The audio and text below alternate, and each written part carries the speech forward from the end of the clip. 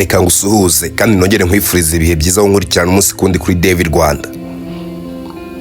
Reka ngushimire wakoze subscribe kugira ngo ujye ubasha kunkurikirana umunsi kundi. Reka dukomeze n'igice cyacu cya 9 ku nkuru yacu y'urukundo ya Ange w'umukiri. Kubarangije igice cya 8 tuduheruka ubwo Chris ndetse na Ange bari guhoberana. Gusa ubwo bari kubikora ntibari bazi neza ko Patrick yaje kugira ngo abashe kuba yakorera surprise Ange. Naho Goudance we yari yamaze kumenya ukuri bitewe nuko yari yamaze gusobanukirwa neza ko Patrick ndetse na Manzi bagambanira Ange kugira ngo abashe kuba yahomba muri company ye. Reka dukomeze n'igice cyacu cya 9.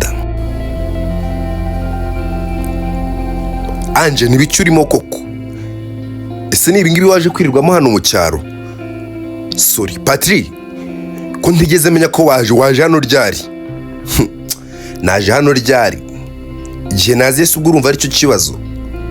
Abwo ndatunguwe nanizi ko ngutunguye none ndikubona ibintu byose ahubwo ari nge biri gutungura rwose. No way Patrick, wigira ikibazo sumeze gute?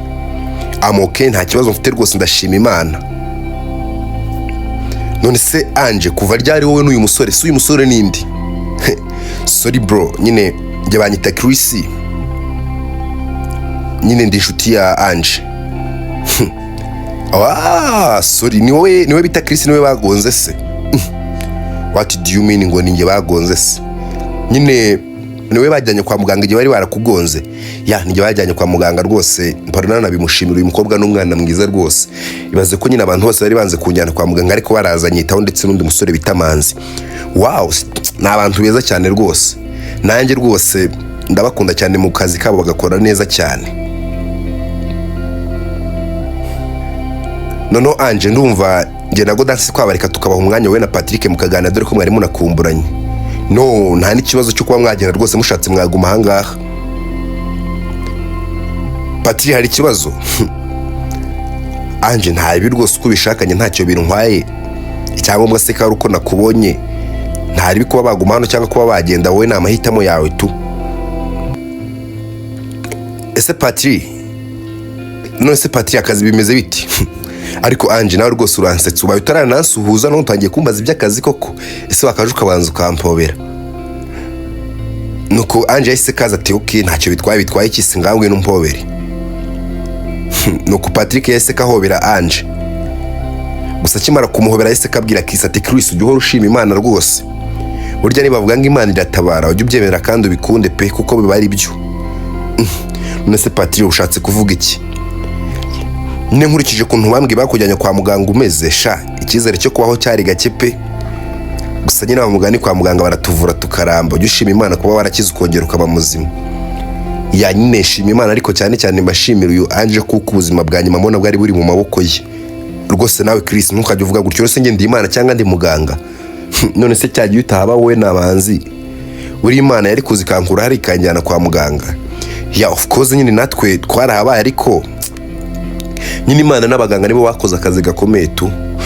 Nge rero mbaraka Imana rimwe yacishijemo kugira ngo mbashe kuba nakira kuko ndabizi neza ntabwo ndi kumera neza iyo mutaza ngo muhabe maze mubashe kuba mwanjyana kwa muganga. Of course Manzi we mba numva ubyumva neza.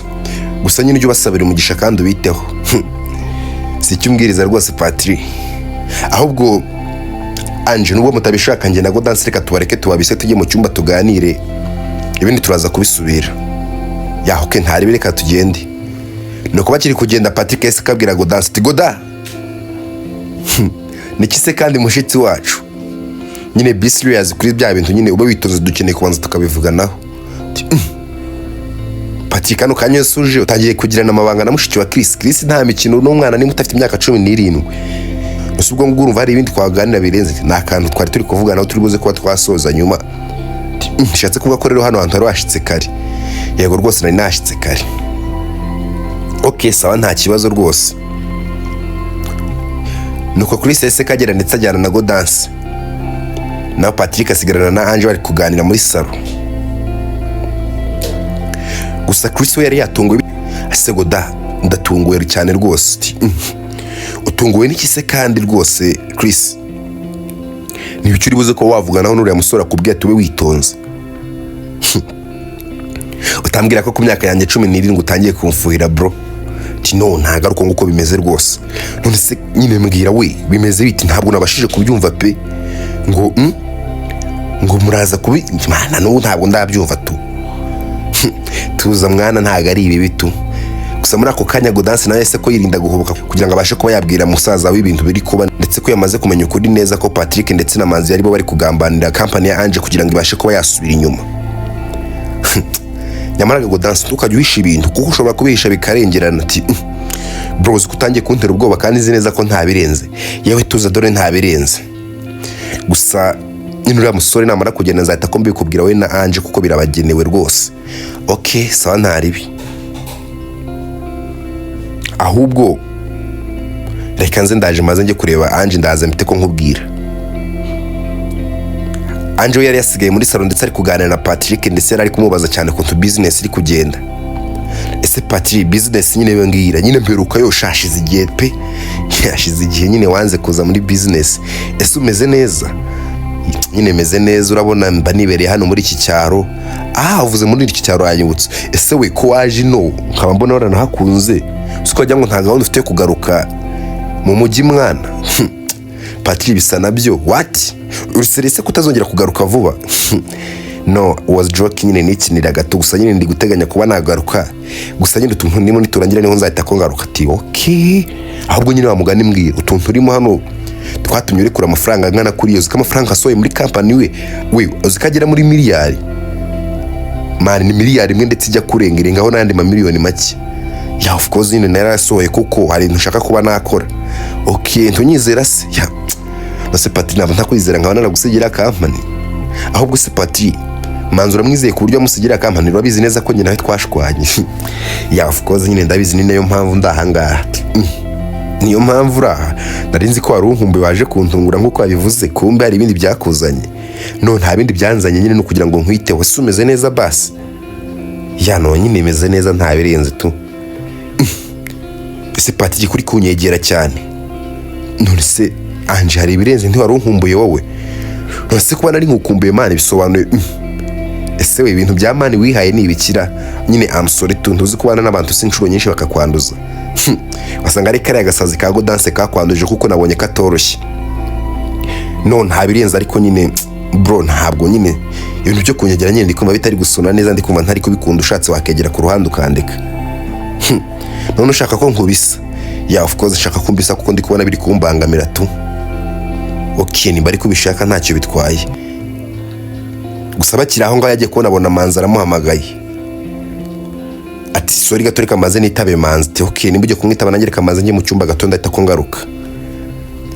Ati Manzi bimeze bite se? Ni sa Patrick nizere ko nyine bimeze neza. Ya of course bimeze neza man ahubwo we uzi ikibazo se cyabayeho. Ikihe kibazo se? Uziko harakana nasanze hano kitwa ka Goudance nyine nako Manzi man karamfungura gusa gashobora kwa katwumvishije nge nawe turi kuvuga ku bintu cya company tu.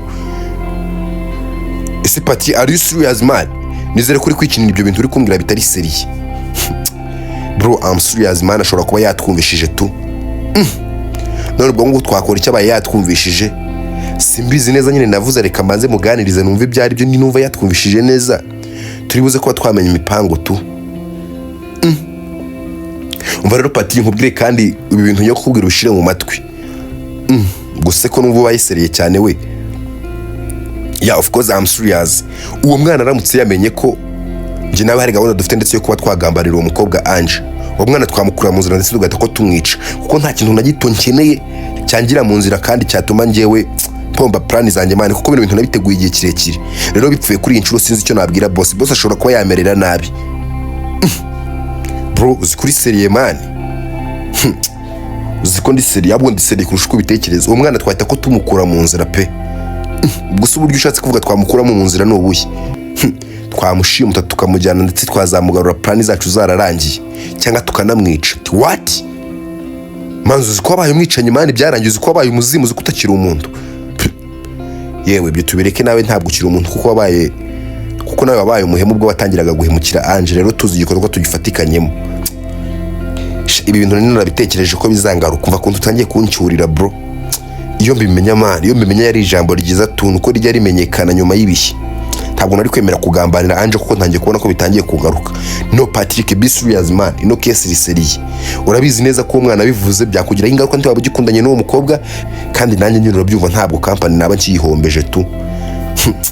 Bro, ibi bintu ntangiye kubigiriramo ubwoba. No way, nta mpamvu. Ahubwo sorry gato, ndikubona bampamagaye, ndikubona umuntu umpamagaye kandi nkeneye kumwitaba, reka maze mwitabe, nimara kumwitaba nahita ko nkuvugisha. Sawa ntari bimwitabe. Bimeze bite se boss kandi nanone kumpamagaye? Ese manzi uri mu biki ko ndikubona uri mu bugoryi uri gukina mu bintu utazi? Boss ariko nyine ibintu byose mbirimo nkeneye, icyo nkeneye no kugira ngo nsura amafaranga nayo ibindi byose byarabaye. None se kuri kuntindira bro? Boss mu mabariro rwose ndi kubyigaho ndetse ngiye kuba nabikora. Ugiye kuba wabikora ibyo nta mwanya nkibifitiye rwose manzi, kandi manzi ni nizira aho ngaho nzahita ko kwica. Oya boss ntabyo kwicana rwose, nta mpamvu yo kubizamo. Ahubwo boss hari ikibazo nagize ndetse cyiseriye. Nose ni gutangiye kuzana ibibazo kandi n'ibindi byose uzi neza ko bitarakemuka. Nyine boss kuntu bimeze ikisi. Boss urabizi plan dufitiye kuba twahombye no company. Ahubwo wagakwiye kuba waratangiye ntiwagakwiye kuba ukibishira muri plan, byagakwiye kuba byarabaye done ndetse byarabaye success. Boss gusa nyine hari ikintu gitangiye kumvangira. Nta kintu nkeneye ko kikuvangira muri uwo mupango, aho kugira ngo ibyo bintu bibure ndetse tubashe kuba twafailinga, twasiga ubuzima. Kandi ureke ubugoryi, ntabwo nkeneye ubwo bugoryi bwawe. Izo game zawe, iyo mikino uri gukina ntabwo nyishaka rwose. Nibihe bibazo se byabaye byagenze bite kandi? Boss nyine kuntu bimeze ikimbwira ugabanya ayo magambo, ugabanya n'ubwo bugoryi. Nyine kuntu bimeze ntubizi se kwa mu dukora na Patrick namwohereje mu cyaro kugira ngo abashe kuba yakomeza kunekura mukobwa Ange. Ya ndabizi ni hari. Ibaze ko yakoze ubugoryi hakaba hari umuntu wamwumvishije kuri gahunda yanjye nifitiye. What? Ya of course boss baramwumvishije ndetse sinzi kubura ubu ngubu ikintu nakora. Ikintu wakora nese wamubwiye ko yakwiye gukora iki? Namubwiye ko uwo muntu wabyumvishije bamushimuta cyangwa se tukamwica. Bamushimuta tugomba kumucindekesha ku buryo nta kintu na kimwe kiba, ndetse ntabwo nkeneye ikosa bro, ntabwo nkeneye ikosa. Mumushimuta cyangwa mumwica ibyo ntabwo bindeba, gusa icyo nkeneye nuko nta kosa rigomba kubamo. Boss nanjye nibyo nari natekereje byo kuba twakica uwo muntu wabyumvishije, gusa sinzi neza ko byatugwa amahoro. Tuzi neza ko byatugwa amahoro bro. Iyi case riseriye man, nta bintu by'imikino, nta bintu byo kujenjeka. Ukora uko ushoboye, kandi nimba utabishoboye umbwire njye niyizire, kandi njye urabizi yonje nta kintu nyine nta miyaga nyanshiramo, mwese mwabigenderamo. Okay nta kibazo rwose boss, ndi bubikoreho kandi biruze kuba byagenda neza. Gusa tugarutse mu ruhande rwo mu cyaro aho twibuke neza ko Ange ndetse na Chris bari mu rukundo, nubwo ibibazo byari bisa nkaho bitangiye kuba byaba byinshi. Gusa Goudance yabwiye Chris ati Chris, ahubwo nkuko nari mbikubwiye reka njye kureba Ange rwose. Ese ugiye kumureba kandi umubwira iki? Ahubwo we tukiri muri byari ibintu nibagiye kukubwira, uzi ko Ange yanyemereye urukundo ti. Bro nyine yarukwemereye gusa ese ko mbona nta reaction ugaragaje, ubu ko ari n'ibintu nakwemereye ko nzakugurira nabasha kuba yanyemerera. Bro nyine hari ibintu nshaka kubabwira kandi biri seriye, nyine reka izo drama tuze kuzikora nyuma ati. None ndatanga nibwo bwa mbere mbonye Goudance yanze impano ndetse yanze n'ibindi bintu byose, ngari ibintu ashaka kumbwira. Nose sister bimeze bite? Nyine mbwira ati no nyine reka basi Ange banza namara kuza turabasha kuba twabikemura tu. Ati Ange ati se we ko mbona mwacigetse byagenze biti? Atawi ngize imana rwose Chris nawe se kaza. Ati ko mbona muri kuvugira mu matamatama aho ntimuri kungambanira sha. No baby urabizi ntabwo nabikora. Ati nyine I know Chris ntabwo wabikora. None se umeze neza? Ati ya meze neza. None se baby kusize umushitsi wawe? Nyine ngo ari kuvugana na uriya muginga ngo ni manzi. Ese manzi uracyamurakariye we? No ntabwo murakariye gusa mbona ari ikibwa tu. We ntukajya tukabasura abasore be kari abana beza. Nimushake mu muri abana beza se baheka ahubwo muringona. Ahubwo nyine umva hari ikintu nshaka kubabwira Chris. Goda uri serious? Yeah of course Ange ndi serious, nyine hari ikintu nshaka kubabwira. Harya ntombwiye ko wasize company mu mujyi. Yanasize company mu mujyi kandi hari ibyo nkeneye nyine kugira ngo mbashe kuba nakora hano. Ati okay rero ndakwinginze umfashe Patrick ntamenye ko ari company ufite hano hantu. Kubera iki se kandi Goda? Nyine wimbaza byinshi nzabibabwira nyuma, gusa ndakwinginze uriya muhungu ntamenye ko ufite kampani ahangaha kuko nabimenya birakwangiriza ndetse cyane. No, ariko uriya Patrick twarakuranye kuva kera. Mwarakuranye se ntiwanakibaza impamvu ndi kukubwira ibyo ngibyo. Goda, oya bro, wimvugisha byinshi gusa ntabimenye mukora ibishoboka byose. Nushaka ndetse ukora ibishoboka kugira ngo abashe ko yasubira mu mujyi. Uzi ko nsetsa we. None se ikibazo kiri nyine, ikibazo ni ikihe? No, nta kibazo gusa nyine ukeneye kunyumva. Kandi ikindi, none se hari amafaranga nyine wamfashije konti yawe ukawigize bloke nyine mukaba muretse ibintu byo gusora amafaranga mwiriya company. None se ubwo ninyagira bloke business irabiri kugenda gute? No, nyine wayagira bloke ntagira amafaranga asohoka muri company bikamera nkuko byari bimeze mbere, ariko n'ubu ngubu niko bimeze. Uraje urebe Patrick mwasize ibyo agiye kuba yabakorera, nyine we nyumva bigire bloke tu ntugira amafaranga wemera kasohoka. None se Chris mushiki wawe mwumvirera nyine sinzi gusa ndumva bamwumvira kuko nibwo bwa mbere mbonye Goudance ari sereye kuri uru rwego. Okay, sawa ntari bireka mwumvire. None reka pite ko mpamagara kuri banki babiboroke. Byaba byiza kurushaho. Ati okay, reka nge nige kubibabwira. Gusa bakirangwa bagiye kumva bumva Patrick arakumanze. Ati Chris, tiyo ndakumva rwose se ko mwiherereye mu cyumba raho n'amahoro. Ati of course n'amahoro rwose nta kibazo kirimo. None se wabwiye Goudance ko ndi kumushaka? Ati Goudance se ko Patrick ari kuguhamagara. Ati sibyo nababwiraga se, ubwo nyine nibyo agiye kuba yambwiraho. Ibikisa agiye kuba yakubwiraho ariko nta birenze mani. Reka nyene ndetse nabikemura. Okay, sa ntari bigenda gusa witeho. Ese Goudance kutari kuza mani wakaje nkakubwira.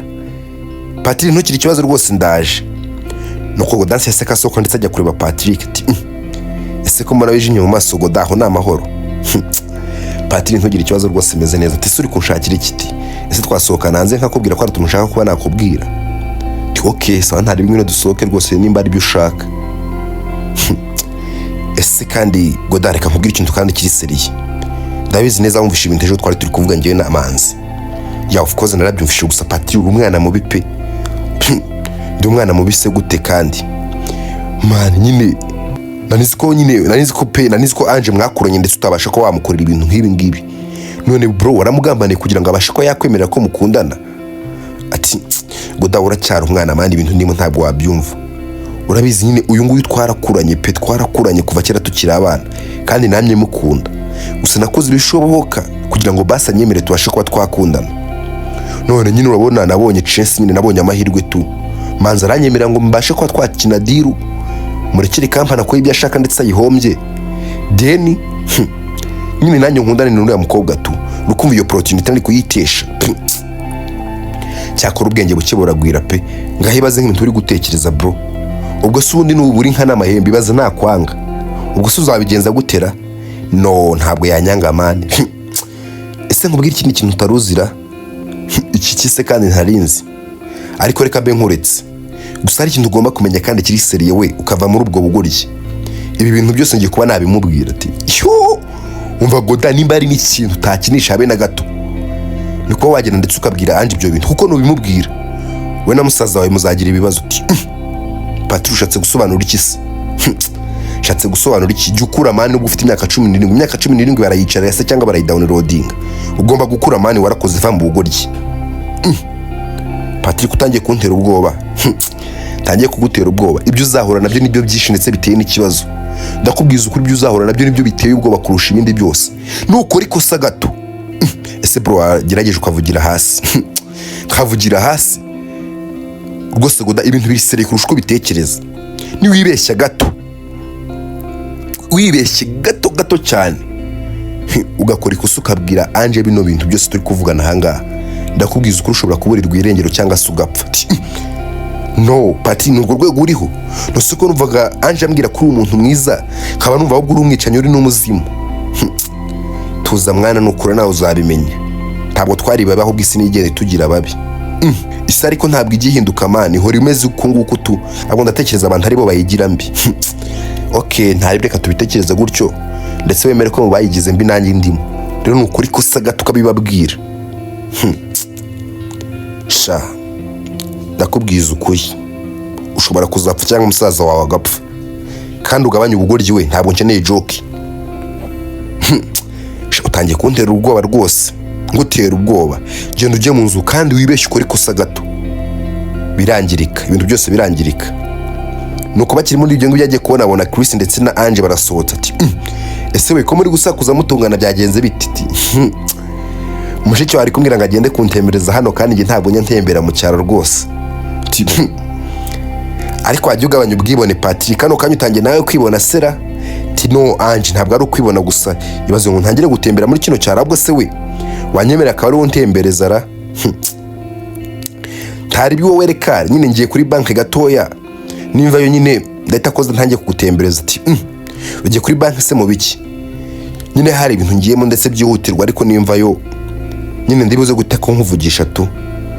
Okay sa ntari bino no genda ugereyo nuva yo ndakeye kuri bite kuza tukaba twajyana gutembera tu. Tugira ikibazo rwose turajyana kandi nabikwemereye kandi urabizi ngiye nyine I keep my promise tu.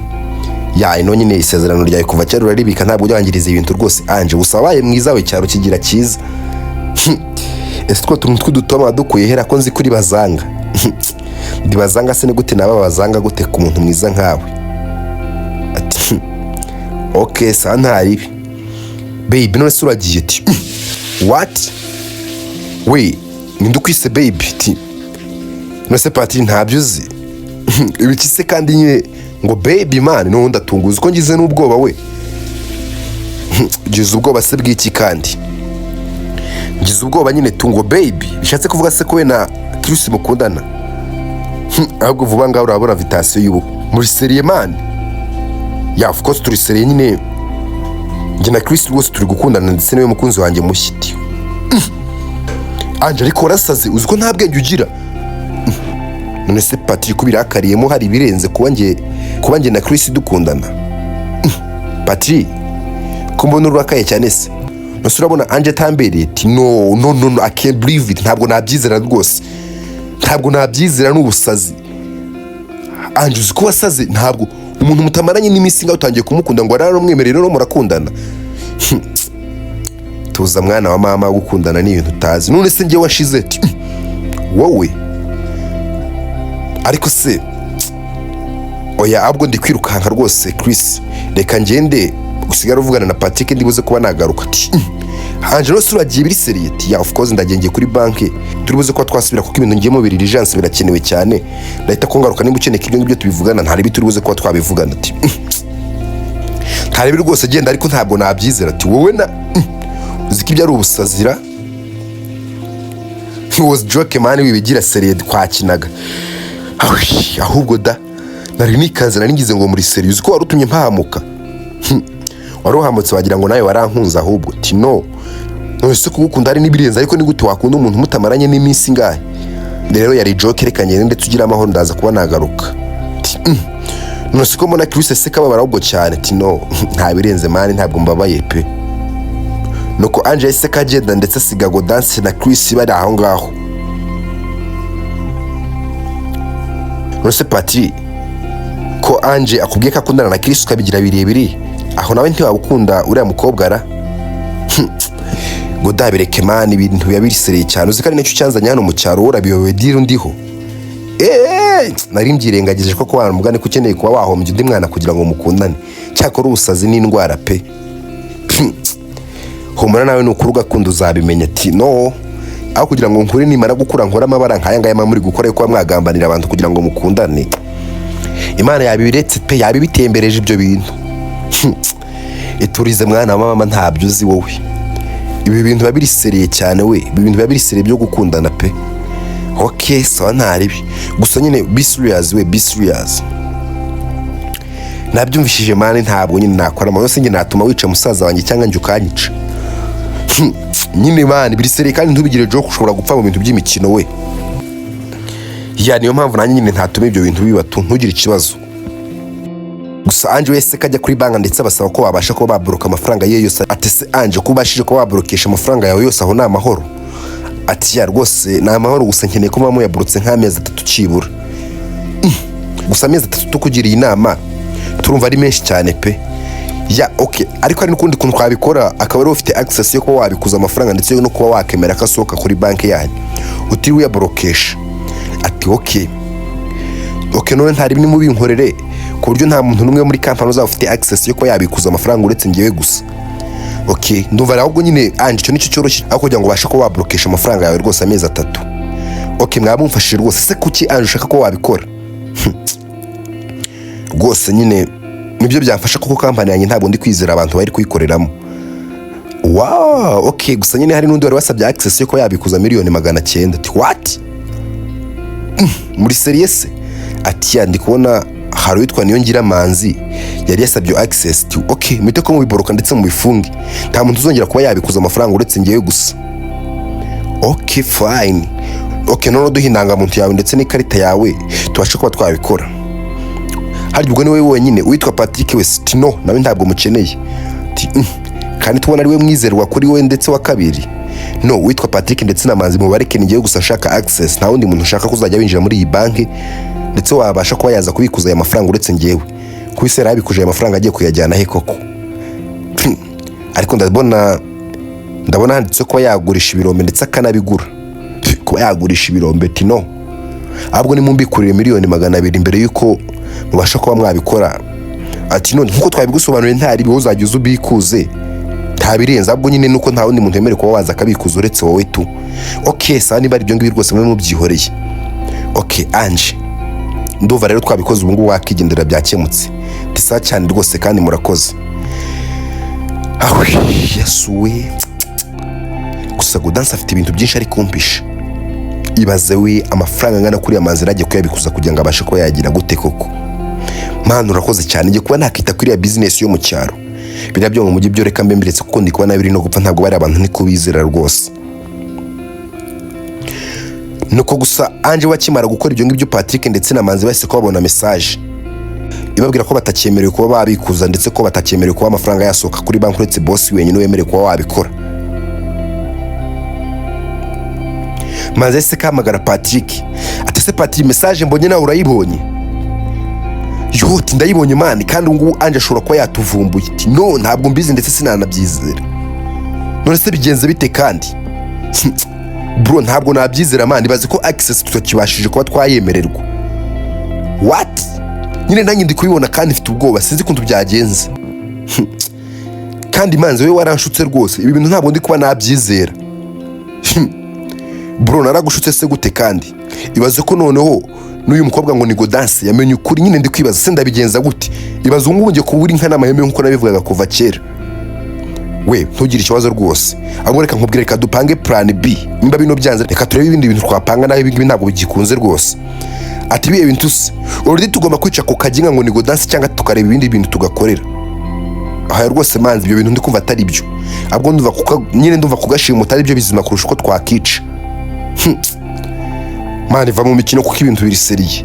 Esa kugira ngo uburi uwo mukobwa Ange no kugira ngo uburi no company no kugira ngo kugashyano bashe kuba wakabura tukice uri kwitora iki? Ndikuva nyine Goudance ari we wagenda gusa ndikumva nanafite ubwoba tu. No we ntugire ikibazo nta birenze ibyo ngibyo. Gusa nubwo bari kuvuga ibyo ngibyo Ange wese kavaho ngaho ndetse aragaruka. Ati ndi kubona Ange azereka manje muvugisha. Ese Ange ko mbona wacitse indege byagenze biti? Nyine Patrick yumviye kuri banki kuba nahagarikisha amafaranga yanjye yose tabasha kuba yagenda. Ese no kubera iki? Gusa Ange yirinze kuba yagira icyo avuga ndetse yirinze kuba yamubwira ko yamenye ko Azira agiye kuba yabikuza miliyoni nyinshi. Ati no nyine nta kibazo ahubwo nuko iki se kandi uzi ko Ange utakinyizera se wambwije ukuri bimeze biti? No nta birenze ahubwo nuko ahubwo tugende Patrick tujye muri za gahunda ngende kuba nagutembereza. No ntabwo twagenda utarambwira ati se no kubera iki? Nyine Patrick nta birenze ahubwo nuko nyine bambwiye nyine mvuye kuri banki baransobanurira bagusobanura iki se kandi?